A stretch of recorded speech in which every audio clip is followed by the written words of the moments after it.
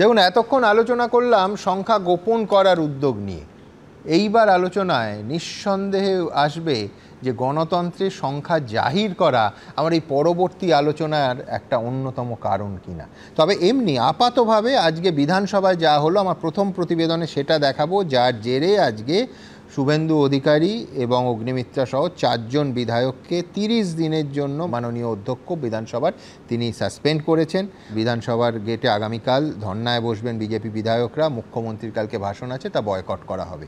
আমি প্রথমে একদম বস্তুনিষ্ঠ প্রতিবেদনটা আপনাদের সামনে রাখবো, তারপর নানা দিক থেকে বিশ্লেষণে আসবো এবং অবশ্যই আমাদের সংসদ মানে লোকসভা রাজ্যসভার প্রসঙ্গও আসবে। দেখুন, সরস্বতী পুজো বাধা দান হয়েছে, এ নজিরবিহীন। 47-এর আগে ব্রিটিশরা এটা করেছিলেন। পুলিশি পাহারায় সরস্বতী পুজো। সরস্বতী পুজোর 15 দিন পর এই ইস্যুতেই তেতে উঠল বিধানসভা। সরস্বতী পুজোয় বাধা দেওয়ার অভিযোগে মুলতবি প্রস্তাব নিয়ে আলোচনা চেয়ে তুমুল হই হট্টগোল। অধ্যক্ষের চেয়ারের দিকে কাগজ ছোড়ার অভিযোগ উঠল শুভেন্দু অধিকারীর দিকে। 30 দিনের জন্য তিনি সহ 4 বিজেপি বিধায়ককে সাসপেন্ড করলেন অধ্যক্ষ। আজকে যে আচরণ করেছে বিরোধী দলের নেতা সহ আরও কয়েকজন সদস্য, যেভাবে আমাদের সরকারি কাগজগুলো সেগুলো ছেড়ে আমার চেয়ারের দিকে ছুঁড়ে ছুঁড়ে মেরেছেন, এই আচরণটা সত্যি মানে অত্যন্ত নিন্দনীয়। সোমবার বিধানসভার অধিবেশনের প্রথম পর্বে শিক্ষা প্রতিষ্ঠানে হুমকি দিয়ে সরস্বতী পুজো বন্ধের অভিযোগে মুলতবি প্রস্তাব আনেন বিজেপি বিধায়ক অগ্নিমিত্রা পাল। প্রস্তাব পাঠের অনুমতি দিলেও আলোচনার দাবি খারিজ করে দেন অধ্যক্ষ। তারপরই শুভেন্দু অধিকারীর নেতৃত্বে বিক্ষোভ দেখাতে শুরু করেন বিজেপি বিধায়করা। ওয়েলে নেমে আসেন শুভেন্দু অধিকারী। অভিযোগ, বিধানসভার কার্যবিবরণী সংক্রান্ত কাগজ ছিঁড়ে অধ্যক্ষের চেয়ারের দিকে ছুঁড়ে মারেন তিনি। প্রায় 8 মিনিট ধরে বিক্ষোভের পর ওয়াকআউট করে বিজেপি। এরপর 4 বিজেপি বিধায়ককে 30 দিনের জন্য সাসপেন্ড করেন অধ্যক্ষ। আজকের বিজনেসকে আমরা অগ্রাহ্য করেছি, টুকরো টুকরো করেছি ছিঁড়ে, এবং আমরা সেটা উড়িয়ে দিয়ে 10 মিনিটের বিক্ষোভ করে বাইরে বেরিয়ে এসেছি। তারপরেই আমরা যখন বিক্ষোভ বাইরে করছি, তখন আগে থেকে সাজানো প্লট অনুযায়ী বিরোধী দলনেতাকে টার্গেট করে অন্যান্য বিজেপির যারা সোচ্চার এমএলএ থাকেন তাদের টার্গেট করে, যারা কোশ্চেন অ্যান্সারে ডিবেটে ভালো পার্টিসিপেট করেন তাদের টার্গেট করে বিধানসভায় উপস্থিত না থাকা সত্ত্বেও বিশ্বনাথ কারককে সাসপেন্ড করেন। নির্মল ঘোষের বক্তব্য হচ্ছে ওদের এই আচরণের জন্য ওদের 30 দিন, আগামী 30 দিন বা সেশন শেষ হওয়া পর্যন্ত সাসপেন্ড করা হোক। সবাই এটাতে সম্মতি জানিয়েছেন বলে এটা ক্যারেড হলো এবং accordingly they are suspended. Walkout করার পর তৃণমূল সরকারের বিরুদ্ধে তীব্র আক্রমণ শানান শুভেন্দু অধিকারী। হিন্দু বিরোধী সরকার, দুর্গা ঠাকুর ভাঙা সরকার, কালী ঠাকুর ভাঙা সরকার, বেলডাঙ্গায় মন্দির ভাঙা সরকার, বজবজে লক্ষ্মী ঠাকুর ভাঙা সরকার, হিন্দু বিরোধী সরকার। এই সরকারের বিরুদ্ধে স্লোগান দিয়েছি। আমি গর্বিত, অগ্নিমিত্রা পাল গর্বিত, বিশ্বনাথ কারক গর্বিত, বঙ্কিম ঘোষ গর্বিত। তার কারণ আমরা হিন্দুদের ভোটে জিতে এমএলএ হয়েছি, আমরা মুসলমানের ভোটে জিতে এমএলএ হয়নি। এই সরকার মোল্লাদের সরকার, এই সরকার আনসারুল বাংলার 7 সেকেন্ডের সরকার। এটা তো হিন্দু ভোট পাওয়া পলিটিক্স হচ্ছে, সাধারণ মানুষের ভোটে জিততে পারবে না।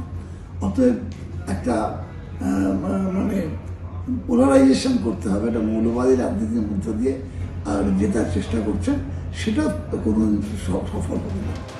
সাসপেনশনের প্রতিবাদে মঙ্গলবার বিধানসভার গেটে ধর্নায় বসবেন বিজেপি বিধায়করা। মুখ্যমন্ত্রীকে বয়কট করা হবে বলে জানিয়েছেন শুভেন্দু অধিকারী। আশাবুল হোসেন ও কৃষ্ণেন্দু অধিকারীর রিপোর্ট, এবিপি আনন্দ। দেখুন, আমি সব দলের একের পর এক কীর্তি এবং তারপর সাসপেনশন ইত্যাদিতে আসবো, কিন্তু আমার প্রথম প্রশ্নটা গণতন্ত্রের জন্য বিশ্বনাথ চক্রবর্তীর কাছে যাবো। বিশ্বনাথ, এমনিতে আমরা বলবো house belongs to the opposition, আর হাউসে অপোজিশনই থাকলো না, এইভাবে গণতন্ত্র বিকশিত হয়? আমি বলছি এটা বিধানসভা, লোকসভা, রাজ্যসভা, যেখানেই। আজকের ঘটনার প্রেক্ষিতে আমি দুটো ঘটনা আনবো। একটা হচ্ছে 146 জন নরেন্দ্র মোদীর জামানায় রাজ্যসভা এবং লোকসভা মিলিয়ে সাসপেন্ড হয়েছিলেন। আমি পরপর আসবো সেসব ইয়েতে। রাজীব গান্ধীর সময়তেও একদিনে 63 জন সাংসদ সাসপেন্ড হয়েছিলেন। এগুলো কি গণতন্ত্রের পক্ষে আদৌ স্বাস্থ্যকর? সুমন, দেখুন, মানে আইনসভা কখনোই বিরোধী ছাড়া চলতেই পারে না। মানে আমরা সবসময় কেন বিরোধীদেরকে গুরুত্ব দেই, তার কারণ আলটিমেটলি ডেমোক্রেসির একটা চাকা যদি সরকার পক্ষ হয়, আরেকটা চাকা হলো বিরোধী পক্ষ। ফলে বিরোধীরা যদি আইনসভায় না থাকে, বিরোধীদেরকে যদি আমি ট্যাকটিক্যালি আইনসভার থেকে বার করে দিই, তাহলে সেইটা কিন্তু গণতন্ত্র আর থাকে না। ফলে যদি 146 জনকে বের করার প্রশ্ন আসে 63 অতীতে, বা যদি এই সময় কোনো আইনসভা থেকে সদস্যদেরকে আমি বিরোধী সদস্যদেরকে বের করে দিই, তাহলে আমি বলবো যে গণতন্ত্রটাকে আমার অপূর্ণ করলাম আমি, মানে গণতন্ত্র পূর্ণ থাকলো না। দুটো বিষয় আমি বলি সুমনদা। দেখুন, ভারতীয় রাজনীতিতে কিন্তু মানে বারবার এটা লক্ষ্য করা গেছে যে শাসক এবং বিরোধীদের মধ্যে আস্থার অভাব, পরস্পরের প্রতি সম্মান, আস্থার অভাব কিন্তু ভারতীয় গণতন্ত্রে বারবার দেখা গেছে। আপনার মনে থাকতে পারে যে আজকে যে অভিযোগটা বিরোধী নেতা শুভেন্দু অধিকারীর বিরুদ্ধে করা হচ্ছে, সেই অভিযোগ কিন্তু মমতা বন্দ্যোপাধ্যায়ের বিরুদ্ধেও 2005 সালে উঠেছিল, স্পিকারেরকে ছুঁড়ে মারা, মানে কাগজ ছুঁড়ে মারা। 2006 সালে বিধানসভা ভাঙার অভিযোগ এসেছিল, মানে পশ্চিমবাংলা বিধানসভা ভাঙার অভিযোগ 2006 সালে এসেছিল। ফলে আমাদের রাজ্যে যে যখন শাসন করছে বা বিরোধী থাকছে, তারা একে অপরকে এমন শত্রু ভাবাপন্ন করে তুলছে। অভিযোগ কেন, হয়তো বিধানসভা ভাঙা হয়েছিল। ফলে আমি আপনাকে বলছি যে মানে আমাদের রাজ্যের কার্যত শাসক বিরোধী একে অপরকে শত্রু হিসেবে মানে প্রতিপন্ন করছে। আমাদের ভয় যেটা সুমনদা বারবার বলছি, যে এমনি ডেমোক্রেসিটার কঙ্কালসার দেহ নির্বাচনের সময় বোঝা যায়। বিরোধী মানে যেভাবে আপনি যদি গণ আন্দোলনের সাথেও যুক্ত হন বা নাগরিক আন্দোলনের সাথে যুক্ত হন, সরাসরি বলে দেওয়া হয় যে আমাদের সরকারি ব্যবস্থার মধ্যে তারা কোনো সুযোগ পাবে না। মানে দৈনন্দিন জীবনে গণতন্ত্র নেই। এবার প্রাতিষ্ঠানিক জায়গা যেগুলো আইনসভার মতন জায়গা, সেখানেও যদি গণতন্ত্র শূন্য হয়, তাহলে কিন্তু আমি বলবো সলিল সমাধি ছাড়া আর কিছুই একদম। আমি তৃণমূল বিজেপির কাছে যাব, তার আগে শুভময়দার কাছে আমি ঠিক উল্টো। বিশ্বনাথ দা বললেন যে শাসক এবং বিরোধীর মধ্যে ভারতীয় গণতন্ত্রে বারবার দেখা গেছে আস্থার অভাব। আমি গোটা দেশ বাদ দিচ্ছি, পশ্চিমবঙ্গে কতটা আস্থা শুধু নয়, নির্ভরশীলতা, সুসম্পর্ক, স্বাস্থ্যকর গণতান্ত্রিক সম্পর্ক ছিল। আমি বলছি শুভময়দা, একের পর এক বিধানসভা থেকে উদাহরণ দেওয়া যায়। বিধান রায়, জ্যোতিবাবুর মানে বিধান রায় সম্পর্কে যা অভিযোগ করতেন আর যা বলতেন, খাদ্য আন্দোলনের সময় বলেছিলেন একবার ঠাট্টা করে, সেটা অবশ্য বিধানসভার একটু বাইরে, যে এই চেয়ারে বসলে কোনোদিন বুঝবে। খাদ্য আন্দোলন যখন তুঙ্গে, তখন যখন বিধান রায় বলেছিলেন যে খাদ্য আসবে কোথা থেকে, জ্যোতি বসু বলেছিলেন ওই চেয়ারে বসে এ কথা বলা যায় না, স্টেপ ডাউন করুন। আমি বলছি তাতে ব্যক্তিগত সম্পর্কের বা বেরিয়ে যেতে হয়নি জ্যোতিবাবুকে বিধানসভা থেকে, বরঞ্চ মুখ্যমন্ত্রী বিরোধী দলনেতাকে পুলিশের হাত থেকে বাঁচাতে বিধানসভায় লুকিয়ে রেখেছেন। এই ঐতিহাসিক গর্বের ট্র্যাডিশন আমাদের বঙ্গে আছে, কেন আজকে এই অবস্থা হবে? শুনুন, মানে মূল যে বিষয়টা হচ্ছে রাজনৈতিক সংস্কৃতির একটা অবনতি হয়েছে, এই নিয়ে কোনো তর্কে গিয়ে লাভ নেই। দ্বিতীয় হচ্ছে যে শুভেন্দু অধিকারী এবং মমতা বন্দ্যোপাধ্যায় কে কার দিকে তাকালেন, কিভাবে কথা বললেন, এই নিয়ে আমাদের খুবই আলোচনা চলে এবং এই আলোচনার জায়গা আছে। কারণ একই দল ছেড়ে এসেছেন, ফলে সেইখানে সেই অন্তর্দলীয় একটা সংসার যখন ভাঙে, তখন যে ধরনের বাধা বিপত্তিগুলো থাকে সেগুলো এখানে থাকবে। একটা জিনিস কিন্তু বলতে হবে, সরস্বতী পুজোয় কেয়াস তো করলো তৃণমূল, তারা ছিল রাজ্যের ক্ষমতায়, তাদেরই সমস্ত ইউনিয়নে গোলমাল হলো, ঝামেলায় পড়ে গেল বিজেপি। এবং অদ্ভুত, এক্ষুনি শুভেন্দুবাবু বললেন যে বিশ্বনাথ কারক গর্বিত, এদিকে তিনি নাকি বিধানসভায় নেই। বিশ্বনাথ কারকের এই যে অমনি প্রেজেন্স এবং বাড়ির থেকে তার প্রতিবাদে যে বাড়ির থেকে কাগজ শুনলে বিধানসভায় কীভাবে ঢুকে যায়, সে রাজনীতির কথা তো আজকে পশ্চিমবঙ্গ বিধানসভায় বলতে পারবে। আমার একটা অবজারভেশন আছে, সেটা হচ্ছে বিজেপি তো এই লোকসভা নির্বাচনের আগে প্রচুর লোকটোককে বার করে দিয়ে ঠিক সংখ্যাগরিষ্ঠতা থেকে একটু কমে গেছিল। তৃণমূল কি সেই চেষ্টা করছে? আর একটা বড় উদাহরণ আজকে হয়ে রইল, সেটা হচ্ছে এই সারাক্ষণ আমরা যে বিজেপি তৃণমূল সেটিং নিয়ে কথা বলি, অন্তত আজকের দিনে প্রমাণিত হলো ততটা সেটিং নেই, মাঝে মাঝে বহিষ্কার টহিষ্কার হয়। আমি একটু বিজেপি তৃণমূলের সেটিংয়ের তত্ত্বটা যখন আমরা বলি, তখন রাজ্য স্তরের না, আমরা দুটো স্তর নিয়ে আলোচনা করি। রাজনীতির একাধিক স্তর আছে। রাজ্য স্তরে আমি বিশ্বাস করি যে রাজ্যের বিজেপি আপ্রাণ চেষ্টা করছে মানে মমতা বন্দ্যোপাধ্যায়কে পরাজিত করতে, কিন্তু মোদি অমিত শাহরা সত্যি কি চায় সত্যি কি আরএসএস এর চায় যে বাংলার দুর্গাকে সরাতে? এবং আমি বলছি এই প্রশ্নগুলো আমি আসবো, তার আগে অনির্বাণ আমি বলছি যে এই বিধানসভায় যারা আমরা কাভারও করেছি আমাদের জ্ঞানে, পরেশ পাল যুব কংগ্রেস নেতা তখন খালি গায়ে বিধানসভায় চলে এসেছেন প্রতিবাদ জানাতে। আমি বলছি যে এই এত বড় শাস্তি 30 দিনের জন্য 4 জনকে সাসপেনশন নিয়ে কি বলবে? কারণ দুটো জিনিস বলি, একটা হচ্ছে প্রথম কথা যে শুভময়দা বলছিলেন যে অবনমন ইত্যাদি, যে কোনো সময় দাঁড়িয়ে লোকে আগেরটাকেই ভালো বলে। যদি আমার যদি নামটা খুব ভুল নয়, গীতা মুখার্জির আসনে লাল কালি বা আলতা ঢেলে দিয়ে তাকে অবদস্ত করার এইসব ইতিহাস কিন্তু আছে। আমার নাম আগেরটা ভালো বলে না, আমি বলছি আমি এক সেকেন্ড এবার আজকের দিনে দাঁড়িয়ে যে লোকসভা রাজ্যসভা মিলিয়ে 146 জনকে সাসপেন্ড করার সঙ্গে আজকের ঘটনার তুলনার এই জন্য করা যায় না। সেইখানে আমি বলেছি কেন, সংসদের নিরাপত্তা সংক্রান্ত বিষয়ে বিরোধীরা আলোচনা করতে চেয়েছিলেন, সেইটা স্পিকার করতে দেননি। তুমি আরো ক্লোজ উদাহরণ তোমায় একটু দিই, সেটা হচ্ছে 2005 সালের 4 আগস্ট মমতা বন্দ্যোপাধ্যায় যখন কাগজ ছুঁড়ে চলে এসেছিলেন বিকেলে, এই এবিপি আনন্দ চ্যানেলে এক্সক্লুসিভ ইন্টারভিউ দিয়েছিলেন। আমি বলছি তিনি কিন্তু সাসপেন্ডেড হননি। না, সেটা তো স্পিকারের প্রেরোগেটিভ, স্পিকার কি করবেন? আমি বলছি বিরোধিতার জায়গা থেকে লোকসভার নিরাপত্তার প্রশ্নে ভবনের প্রশ্নে বিরোধীরা আলোচনা চাইছেন, আর এইখানে বিরোধিতার জায়গার কি না সরস্বতী পূজা করতে দিচ্ছে না। ঠিকই তো, আমি দুটো উদাহরণই দেব। আমি বলছি 146 জন লোকসভা, সজলকে আসবো, লোকসভা এবং রাজ্যসভা মিলিয়ে সাসপেন্ড করাটা গণতন্ত্রের যে ছবিটা ফুটে ওঠে, সরি এটা স্বস্তিকর নয়। তার জন্য এইটা বলার জন্য যদি জেলে যেতে হয় জেলে যেতে হবে। আমি এইখান থেকে খুব পরিষ্কার করে 2005 সালের 4 আগস্ট স্পিকারের দিকে কাগজ ছুঁড়ে দিয়েছিলেন মমতা বন্দ্যোপাধ্যায়, তার স্পষ্ট ব্যাখ্যা দিয়েছিলেন এই চ্যানেলকে। কি বলেছিলেন দেখাবো। আমার যদি বলতে না হয় তো আমি টেবিলে দেবো না? দেওয়ার আচরণটা নিয়ে আপনার তর্ক থাকতে পারে।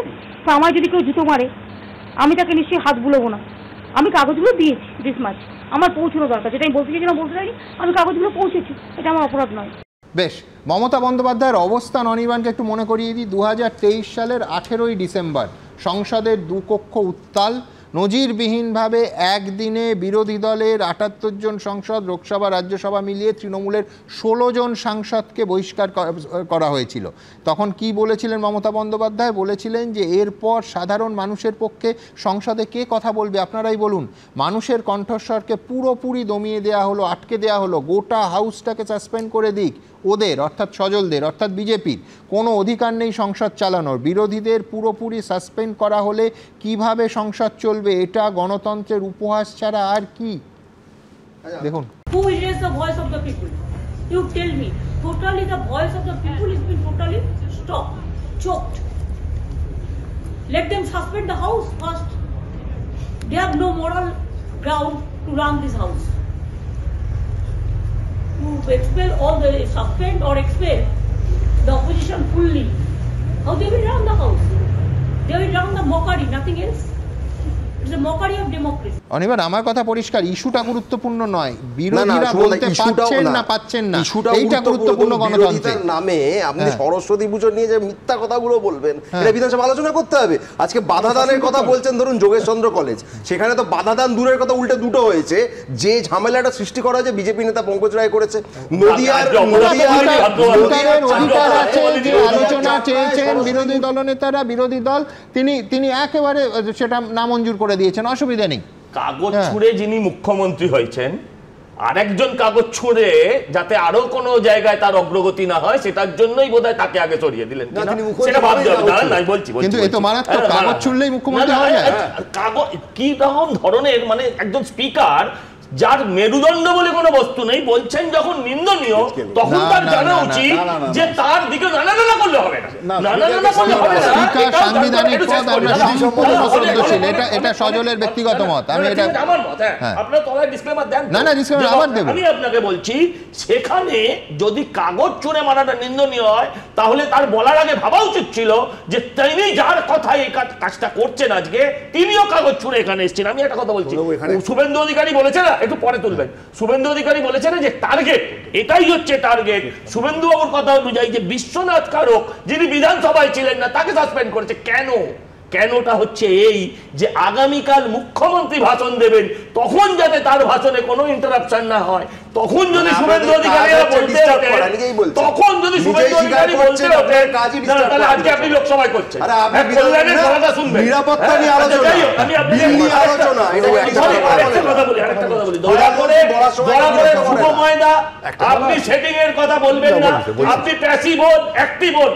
26 দিন একজন রাস্তা বন্ধ করে, ন্যাশনাল হাইওয়ে বন্ধ করে বসেছিল, একটাই ভাই আমি 14 আমি বলছি 21শে জুলাই এর পরে আপনারা সরকার 1 মিনিট সরকার নিজে 50-60 জন 100 জন ক্রিমিনালের কথা বলেছিলেন যারা মদ খেয়ে তাদের বিরুদ্ধে, মমতার বিরুদ্ধে এফআইআর করেননি, বিধানসভা ভাঙচুরের পর প্রদর্শনী করেছিলেন, এফআইআর করেননি।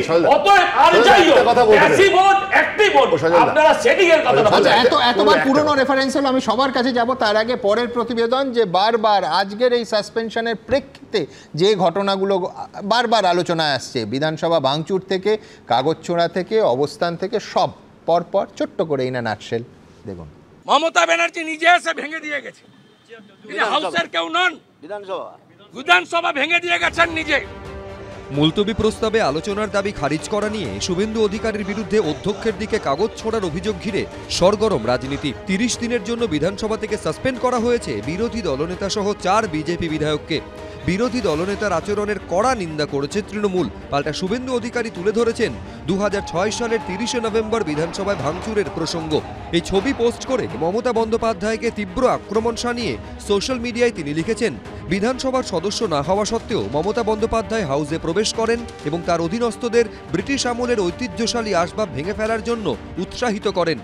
এমনকি সেই বেঞ্চও ভাঙচুর করা হয় যেখানে বিধানসভার সদস্য হিসাবে একসময় দেশবন্ধু চিত্তরঞ্জন দাস, শরৎ বোস, ডক্টর শ্যামাপ্রসাদ মুখোপাধ্যায়, ডক্টর নীলরতন সরকারের মতো প্রবাদ প্রতিম ব্যক্তিত্বরা বসতেন। নজিরবিহীনভাবে তার অনুগতরা ভাঙচুর চালায়, জানিয়ে পাল্টা খোঁচা দিয়েছেন কুণাল ঘোষ। সেটা যদি কোনো অন্যায় কাজ হয়ে থাকে তা তিনি তো তখন তৃণমূল কংগ্রেসে ছিলেন, তো প্রতিবাদ করেননি কেন? এখন যে সরকার ক্ষমতায়, তারা বরাবর এই বিধানসভার তোড়ফোড়ের রাজনীতি করেছে। তারা কখনো বিধানসভায় সুস্থভাবে রাজনীতি করেনি। বিধানসভায় যত সম্পত্তি সেগুলোও তারা ভেঙেছে।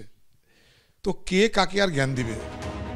বিধানসভা থেকে সাসপেন্ড হওয়ার পর শুভেন্দু অধিকারী টেনে এনেছেন 2005 সালের 4 আগস্ট লোকসভার প্রসঙ্গ। সোশ্যাল মিডিয়ায় তিনি লিখেছেন, বাংলাদেশ থেকে বেআইনি অনুপ্রবেশ প্রসঙ্গে আলোচনার অনুমতি না দেওয়ায় নথি ছিঁড়ে ফেলে তা ডেপুটি স্পিকার চরণজিৎ সিং অটওয়ালের দিকে ছুড়ে দেন মমতা বন্দ্যোপাধ্যায়। কিন্তু আলোচনা না করতে দেওয়ার জন্য তিনি দোষারোপ করেন তৎকালীন অধ্যক্ষ সোমনাথ চট্টোপাধ্যায়কে। এই হাউসে তৃণমূল অপোজিশন ছিল 2001 থেকে 2011, করেনি। মমতা ব্যানার্জি নিজে এসে ভেঙে দিয়ে গেছে, হাউসের কেউ নন, বিধানসভা ভেঙে দিয়ে গেছেন নিজে। পার্লামেন্টে সোমনাথ চ্যাটার্জিকে চাদর কাগজ ছুঁড়ে কে মেরেছিল? দুটো প্রেক্ষিত সম্পূর্ণ আলাদা। লোকসভায় মমতা বন্দ্যোপাধ্যায়কে যেভাবে সিপিএম এর সাংসদরা অপমান করতেন, উত্ত্যক্ত করতেন এবং তাকে বলতে দেওয়া হতো না, বাংলার স্বার্থে সরব হতে দেওয়া হতো না, সেটা একটা জিনিস। আর আজকের পশ্চিমবঙ্গ বিধানসভা দেশের অন্যতম, ইফ নট অনলি ওয়ান বিধানসভা যেখানে মোট সময়ের 50% বিরোধীদের জন্য বরাদ্দ করা থাকে। 50%। 1997 সালের ফেব্রুয়ারিতে রেল বাজেট পেশের সময় বাংলার প্রতি বঞ্চনার অভিযোগে লোকসভায় সরব হন মমতা বন্দ্যোপাধ্যায়। মেজাজ হারিয়ে তৎকালীন রেলমন্ত্রী রামবিলাস পাসওয়ানের দিকে গায়ে শালটি ছুঁড়েও মারেন তিনি। ঘুরিয়ে সেই প্রসঙ্গ টেনে এনেছে সিপিএম। মুখ্যমন্ত্রীর দেখানো পথ অনুযায়ী মুখ্যমন্ত্রীর ভাবশিষ্য শুভেন্দু অধিকারী, অধুনা বিজেপি, কাগজ ছুঁড়ে মেরেছেন এবং সাসপেন্ড হয়েছেন। আর একটা চান্স বাকি আছে, তাহলে মুখ্যমন্ত্রীকে ছুঁতে পারবে না। মুখ্যমন্ত্রী 2বার করেছেন, ওনার আরেকবার করার চান্স রয়ে গেছে, লেজিটিমেট রাইট। সব মিলিয়ে সোমবার বিধানসভার ঘটনা উস্কে দিল একাধিক পুরনো বিতর্ক। কৃষ্ণেন্দু অধিকারী, সুদীপ্ত আচার্য, বিজেন্দ্র সিংহ, এবিপি আনন্দ। সজল যেটা বলার চেষ্টা করলো যে বিধানসভার বিষয়ে তোমরা যথোপযুক্ত এবং কঠোর ব্যবস্থা নিতে পারোনি যতদিন স্পিকার তোমাদের দল থেকে হতে, অর্থাৎ তোমরা ক্ষমতায় ছিলে। সব আজগুবি কথা। সোমনাথ চ্যাটার্জি যখন স্পিকার ছিল, যারা টাকা নিয়েছে তাদের বিরুদ্ধে ব্যবস্থা হয়েছিল। নারদায় টাকা নিল যারা এথিক্স কমিটি লালকৃষ্ণ আদবানির নেতৃত্বে, একটি মিটিং হলো না। না, সোমনাথ চট্টোপাধ্যায় তো স্পিকার যখন ছিলেন তখন তো দলেই তোমরা রাখোনি। না সে বাদ না, আমি ও বলছে বিধানসভার প্রেক্ষিতে, 34 বছরের বাম শাসনের প্রেক্ষিতে বলছি। বিধানসভার প্রেক্ষিতে আমি বলেছি, আবার আমি বলছি যে একটা এফআইআর করেনি। কি অবস্থা হয়েছে এখন তৃণমূল আর বিজেপি ঝগড়া দেখে ক্লাস 5 এর বাচ্চা ছেলেকে জিজ্ঞাসা করেছে বন্ধুর বিপরীত শব্দ কি। ক্লাস 5 এর বাচ্চা ছেলে স্কুলে লিখেছে শুভেন্দু। এরকম অবস্থা হয়েছে তৃণমূল বিজেপি, ওকে গাদ্দার বলছে, ওকে চোর বলছে। মোদির ভাই এখন দিদির ভাই হয়ে গেছে। দিদির ভাই ছিল, মোদির ভাই দিদি যারা কিছু ছিল কিছু বলছিলেন, এখন শুভেন্দু ছুটছে, দিদি ছুটেছিল। আমাদের প্যানেলের যা বক্তব্য সেটা যদি মেনে নেওয়া যায় তাহলে একজন বিধানসভা সদস্য হাউসে উপস্থিতি ছিলেন না, তাকে সাসপেন্ড করা হয়েছে। এটা যদি বিরোধী দলনেতা যা বলছেন, না আমাদের প্যানেল থেকে ওই কথাটা এসছে, তো এইটা যদি সত্যি হয় তো স্পিকারের পদটা তো খুব সম্মানিত পদ, এবং তিনি রুলিং দেন, এবং যে রুলিং দেন সেটা কোর্টের মতো গ্রাহ্য হয়, তিনি জেলে পাঠাতে পারেন। না, একটা আমি ক্লিয়ারিফাই করি, আমাদের প্যানেল থেকে কিন্তু আসেনি, মানে এটা বিরোধী দলনেতা প্রেস কনফারেন্সে আমাদের প্যানেলের বক্তব্য নয়। না, যদি ছেড়ে দিন জারি বক্তব্য, এটা যদি সত্যি হয়, মানে যদি এটা যদি সত্যি হয়, আমি কন্ট্রোল করতে দেন প্লিজ। তো তাহলে যারা বলছেন তারা যদি মিথ্যা বলেন তাদের বিরুদ্ধে ব্যবস্থা নিতে হবে। আর যদি এটা সত্যি হয় তাহলে তো স্পিকারের বিরুদ্ধে ব্যবস্থা হওয়া উচিত। ধরুন আমি একটা উদাহরণ দিচ্ছি, আমি কম বুঝি। মুকুল রায় যখন দলত্যাগ করেছিলেন, স্পিকারের কাছে একটা আবেদন জমা পড়েছিল, তিনি কাগজপত্র দেখে রায় দিয়েছিলেন। আমরা দেখছি যে মিটিংয়ে মুকুল রায় তৃণমূলের পতাকা নিচ্ছেন, সে দলে জয়েন করেছেন। উনি বুঝেছিলেন যে তিনি বিজেপিতেই আছেন, তৃণমূলে জয়েন করেননি। তো এই যে রুলিং দিচ্ছেন সেটাতে গ্রাহ্য হয়েছে। তো কাগজে কলমে সেই মুহূর্তে যা আছে, তো স্পিকারের শুধু বলে দিক যে রাজ্য বিধানসভায় কজন বিজেপির এমএলএ, কজন তৃণমূলের এমএলএ, অন্য কিছু করতে হবে না। এই তো স্পিকারের অবস্থা। এটা বলা হবে, সেটা বলা সহজ, আগামী থেকে এটা বলা সহজ, সিপিএম এমএলএ কজন। একটু সততা এবং নিরপেক্ষতা তো আশা করতে পারি কিনা। আমি শুধু এইটুকু বলবো যে কোনো সাংবিধানিক পদের প্রতি আমরা শ্রদ্ধাশীল, বিধানসভা স্পিকারের পদের প্রতি তো বটেই, এবং বক্তাদের বক্তব্য তাদের নিজস্ব। আমি একেবারে বিধিসম্মত সতর্কীকরণ আমি আমার দিক থেকে দিয়ে রাখতে চাই। সেটা হচ্ছে আমাদের রাজ্যের যে নিয়ম, তাতে আমরা এমন কোনো বক্তব্য রাখছি না, অন্তত আমি কোনো বক্তব্য রাখছি না যেখানে স্পিকার সম্পর্কে কোনো আলোচনা করছি। এবং সেই জায়গায় সজলদা যে ধরনের কথা বলেছেন তার রাজনৈতিক সজলদা আপনাদের হাতে কেউ বাঁচিয়ে দেবে, আমরা ছাপোষা মানুষ, আমাদের কেউ বাঁচাবে না একটা চিঠি পেলে। সুতরাং এই বক্তব্য, আমার বক্তব্য পরিষ্কার, একেবারে পরিষ্কার যে আমাদের যখনই আলোচনা হবে গণতন্ত্রের একটা অংশ, যেমন কাউকে বার করা যায় না, যেমন আমরা তার বিরুদ্ধে আমরা চাই বিরোধীরা অত্যন্ত গুরুত্বপূর্ণ হয়ে উঠুন। একই সঙ্গে যখন স্পিকার নিয়ে আলোচনা হবে, সে রাজ্যসভার, লোকসভার, বিধানসভা হোক, আমাদের অত্যন্ত সতর্ক থাকা প্রয়োজন। কারণ রাজনৈতিক নেতারা তাদের প্রোটেকশন সময় মতো পেয়ে যাবেন, আমরা সাধারণ মানুষ পাবো কিনা খুব সন্দেহ, বিশেষ করে যারা কোনো দলে নেই। বলছি কি এখন প্রমাণ করতে হচ্ছে আপনি দলে নেই, কারণ আপনি বলেছেন প্রমাণ করতে হচ্ছে আপনি বলেছেন। দেখুন আমি মনে করি, আমি ব্যক্তিগতভাবে মনে করি যে মুখ্যমন্ত্রী যখন যে কোনো জায়গায় যদি আইনসভায় বলেন, তখন বিরোধী দলের উপস্থিতিটা খুব জরুরি। কারণটা কি, মানে মুখ্যমন্ত্রীর বলাটা পূর্ণ হয় যদি বিরোধী দল সেখানে থাকে। বিরোধী শূন্য অবস্থায় মুখ্যমন্ত্রী বলছেন, সেটা পলিটিক্যালি কিন্তু খুব একটা ওয়েট ক্যারি করেন। আমি এটা দ্বিতীয় যেটা, সেটা হলো যে ধরুন আমি এক এক সময় এক এক রকম অবস্থান নিচ্ছি। যখন মানে তৃণমূলের 18 জনকে সাসপেন্ড করছে, তখন আমি আমার অবস্থান এক, আবার এখন যখন সাসপেন্ড হচ্ছে বিরোধী দলের তরফ থেকে, আমার অবস্থান আরেক রকম। মানে আমার প্রশ্নটা হচ্ছে যে আমাদের কেন বহুচারিতা থাকবে? বহুচারিতা মানে শোরুম দুটো আলাদা, আমি বলছি এই তর্কের মধ্যে একটাই কথা থাকে, একটাই কথা থাকে যে তাহলে সেই আপ্তবাক্যের কি মূল্য আছে যে house belongs to the opposition. আমি আসবো খুব দ্রুত বলছি, আসলে কিছু না। কালকে যাতে বাজেটের সময় লাইভ হয়নি বিধানসভায়, কেন লাইভ হয়নি? তাহলে চন্দ্রিমা ভট্টাচার্যকে দেখানো হতো। ঠিক বাজেটের পরে আরেকটা বাজেট, মানে সাংবাদিক সম্মেলন বাজেট, তাতে সারাক্ষণ তিনি বলে গেলেন, সারাক্ষণ যতক্ষণ বাজেট ততক্ষণ এখানে যাতে শুভেন্দু অধিকারীকে কালকে না দেখা যায় সেই জন্য সাইড করে দিলেন। কিন্তু বুঝলেন না যে কালকে সাংবাদিক সম্মেলন করতে গিয়ে আমি দ্রুত একবার যে কোথায় আমাদের সংশয়, আমাদের খটকা এবং আমাদের আশঙ্কা, সেটা হচ্ছে কোথাও সংখ্যা সবকিছু নির্ধারণ করছে না। তো দেখুন, আলোচনার প্রথম অংশে আমরা দেখালাম সংখ্যা লুকোতে, সংখ্যা গোপন করতে তৎপরতা, আর এখানে কি সংখ্যা জাহির করতে। কারণ গণতন্ত্রের সংখ্যার গুরুত্ব নিঃসন্দেহে কেউ এ কথা অস্বীকার করতে পারেন না যে অপরিসীম। সেই জন্যই কৌস্তবদের 0-0 বলে কটাক্ষ করা হয়। এবং কিন্তু সংখ্যা সবটা যদি জাহির করে, তার ভেতরে সেই জাঁতা কলে কোথাও কি গণতন্ত্র পেশাই হয়, গণতন্ত্র পিষে যায়, সেটা কিন্তু গণতন্ত্রের পক্ষে খুব শুভ দিন নয়। পরের প্রতিবেদন। ফের বিধানসভা থেকে সাসপেন্ড করা হলো শুভেন্দু অধিকারীকে। গত 3.5 বছরে এই নিয়ে 4 বার। এবার তার সঙ্গে সাসপেন্ড করা হলো আরো 3 বিজেপি বিধায়ককে। আর এরপরই তৃণমূল সরকারের বিপুল সংখ্যাগরিষ্ঠতা নিয়ে খোঁচা দিয়েছেন বিরোধী দলনেতা। হাউস বিলংস টু অপোজিশন, এই যে রীতিনীতি এই সরকার মানে না। সংখ্যায় আমরা অনেক কম, ওদের 200-রও বেশি বিধায়ক রয়েছে।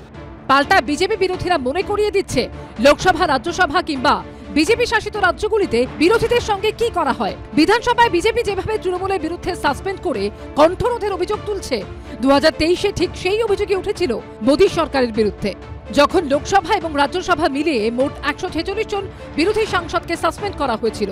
এরকম উদাহরণ ইতিহাসে আর নেই। তখন বিরোধীরা অভিযোগ করেছিল 2019 থেকে 2023 সালের মধ্যে 70 বারেরও বেশি বিজেপি বিরোধী সাংসদদের সাসপেন্ড করা হয়েছে।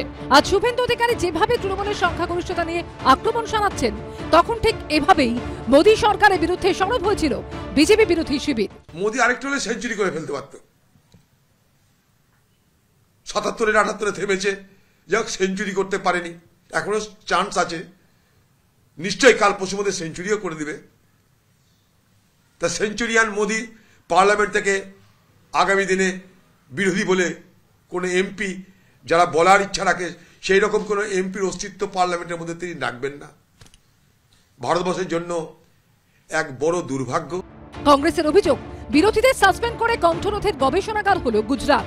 নরেন্দ্র মোদী তখন গুজরাটের মুখ্যমন্ত্রী। 2013 সালে কার্যত গোটা বিরোধী পক্ষকেই গুজরাট বিধানসভা থেকে সাসপেন্ড করে দেওয়া হয়েছিল। কংগ্রেসের অভিযোগ, পরবর্তীকালে মোদীর হাত ধরে বিরোধীদের সাসপেন্ড করে মুখ বন্ধ করার এই প্রবণতা শুরু হয় সংসদে। গণতন্ত্রের মূল ভিত্তিটাই হচ্ছে অপোজিশন পার্টির ভয়েস। সেই অপোজিশন পার্টি একটা ডাইভার্স ভয়েস প্রেজেন্ট করবে এবং সেই ডাইভার্স ভয়েসের মাধ্যমেই যে বিভিন্ন রকম রিপ্রেজেন্টেশন হওয়ার, সেগুলো কিন্তু হবে। সেটা পলিসি নিয়ে বলুন, সেটা প্রোগ্রাম নিয়ে বলুন, সেটা মানুষের ভাবনা চিন্তা নিয়ে বলুন। গণতন্ত্রে যদি অপোজিশনের ভয়েস দাবিয়ে দেওয়া হয়, বন্ধ করে দেওয়া হয়, তাহলে কিন্তু সেই গণতন্ত্র পুরোপুরি গণতান্ত্রিক হবে না। যদিও এর আগে রাজীব গান্ধীর জমানায় দুকক্ষের মোট 63 জন সাংসদকে সাসপেন্ড করা হয়েছিল। দল বদলাচ্ছে হয়তো ভারতীয় গণতান্ত্রিক পরিকাঠামোতে, অথবা রং বদলাচ্ছে, অথবা পতাকা বদলাচ্ছে, কিন্তু শাসকের যে ভূমিকা সেটার কিন্তু খুব একটা বদল দেখা যাচ্ছে না। কিছুদিন আগে আমরা রাজ্যসভায় একই ঘটনা দেখেছি, লোকসভায় আমরা এই ধরনের ঘটনা প্রায়ই দেখি, এখন আমরা রাজ্য বিধানসভায় এ ধরনের ঘটনা দেখছি। প্রধানমন্ত্রী থাকাকালীন সংসদে দাঁড়িয়ে জওহরলাল নেহরু একবার বলেছিলেন, এই সংসদে আমরা বিরোধীদের স্বাগত জানাই। তারা যেই হন, তাদের সঙ্গে আমাদের যতই মত পার্থক্য থাকুক, আমরা তাদের স্বাগত জানাই, কারণ সন্দেহাতীতভাবে তারা ভারতীয়দের একটা অংশের প্রতিনিধিত্ব করেন এবং এরকম জোরালো বিরোধিতা থাকা ভালো, যাতে সরকার বা সংখ্যাগরিষ্ঠতা পাওয়া দল আত্মতুষ্টিতে না ভুগতে পারে। সেই দিন কি আজ অতীত? গণতন্ত্রের স্বার্থে বিরোধী দল জরুরি। জোরদার বিরোধী দল ছাড়া গণতন্ত্র বাঁচে না। অহংকার, দম্ভের জেরে এই মামুলি সত্যটাকে কোনো শাসকই অনুধাবন করতে পারে না। ঐশী মুখোপাধ্যায়, এবিপি আনন্দ। ঠাকুরমার ঝুলিতে দক্ষিণারঞ্জন মিত্র মজুমদার লিখেছিলেন, চাঁদ মুখে হেসে নেচে নেচে এসে ঝুলির মাঝে দে উঁকি। এখন ঠাকুরমার ঝুলিতে একালের বাচ্চারা কতটা আমোদ পায় জানি না, কিন্তু কেন্দ্রীয় অর্থমন্ত্রীর বাজেটের ঝুলি বুঝলেন এবার মধ্যবিত্ত চাকরিজীবীদের অনেকটাই স্বস্তি দিয়েছে। বিশেষ করে 12 লক্ষ টাকা পর্যন্ত আয়করে ছাড়ের কথা বলতেই হবে। উল্টো দিকে রাহুল গান্ধী আবার এই বাজেটকে বুলেটের ক্ষততে ব্যান্ডেড লাগানোর চেষ্টা বলে কটাক্ষ করেছেন। তীব্র সমালোচনা করেছেন মমতা বন্দ্যোপাধ্যায়ও। এখন রাজনীতিতে এসব তরজা চলতেই থাকে, তার জন্য আবার কেস দেবেন না প্লিজ। কেস দেবেন না প্লিজ।